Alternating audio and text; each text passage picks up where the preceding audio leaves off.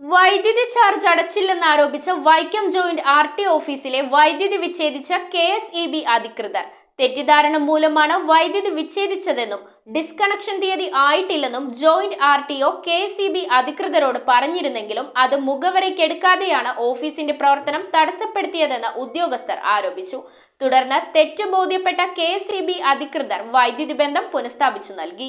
വൈദ്യുതി charge അടച്ചില്ലെന്നാരോപിച്ച് KSEB. അധികൃതർ Vaikom joint ആർ.ടി ഓഫീസിലെ വൈദ്യുതി വിച്ഛേദിച്ചതിനെ തുടർന്ന് 1.5 മണിക്കൂറോളം ഓഫീസിന്റെ പ്രവർത്തനം തടസ്സപ്പെട്ടു. ആർ.ടി ഓഫീസുകളുടെ വൈദ്യുതി ചാർജ് ഹെഡ് ഓഫീസ് വഴിയാണ് കെ.എസ്.ഇ.ബിയിൽ അടക്കുന്നത്. 1000 രൂപയോളമാണ് വൈക്കം ആർ.ടി ഓഫീസിലെ വൈദ്യുതി ചാർജ്. ഈ തുക ഹെഡ് ഓഫീസിൽ നിന്ന് അടച്ചിരുന്നുവെന്നും നിലവിൽ ഫെബ്രുവരി മുതലുള്ള തുക അടയ്ക്കാനുണ്ടെങ്കിലും അതിന്റെ ഡിസ്കണക്ഷൻ തീയതി ഏപ്രിലാണെന്നും ജോയിന്റ് ആർ.ടി.ഒ അറിയിച്ചു. അറിയാൻ പറ്റേണ്ടതാണ്. അവരുടെ ഹിസ്റ്ററിക്കകത്തിലെ സെൻട്രലൈസ്ഡ് ബില്ലിംഗ് ആകുമ്പോൾ അവർക്കത് സെൻട്രലൈസ്ഡ് ബില്ലിംഗിലാണെന്നുള്ള അറിയാം. പിന്നെ അവർക്ക് വല്ല സംശയമുണ്ട്, അവർക്ക് വേണമെങ്കിൽ ട്രിവാൻഡ്രത്ത് ഈ സെൻട്രലൈസ്ഡ് ബില്ലിംഗിന്റെ അവരുടെ സ്പെഷ്യൽ ഓഫീസറൊക്കെ ഉണ്ട്, അവരോട് വേണമെന്ന് കോൺടാക്ട് ചെയ്താലും അറിയാവുന്നതായിരുന്നു. അവരേതായാലും നമ്മൾ വിളിച്ച് പറഞ്ഞ് ധരിപ്പിച്ചു, ഇങ്ങനെയൊക്കെ സിറ്റുവേഷനുള്ള ഓഫീസാണ്, ഇത് റീകണക്ട് ചെയ്ത് തരണം എന്ന് പറഞ്ഞു. അവർ അതിനകത്ത് വലിയ എന്താണെന്ന് മനസ്സിലാകുന്നില്ല. ഇത് ആദ്യമായിട്ടാണ് നമുക്ക് ഈ ഓഫീസിലേക്ക് വരുന്നത്.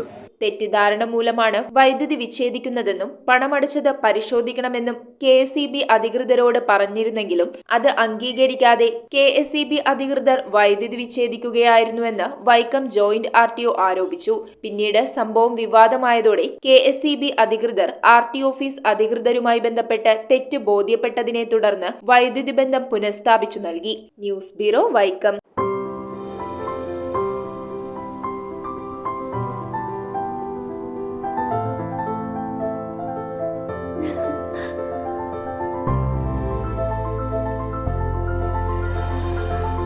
കളങ്കമില്ലാത്ത സൗഹൃദം പോലെ കലർപ്പില്ലാത്ത വിശ്വാസം. കല്ലൻസ് ജ്വല്ലറി.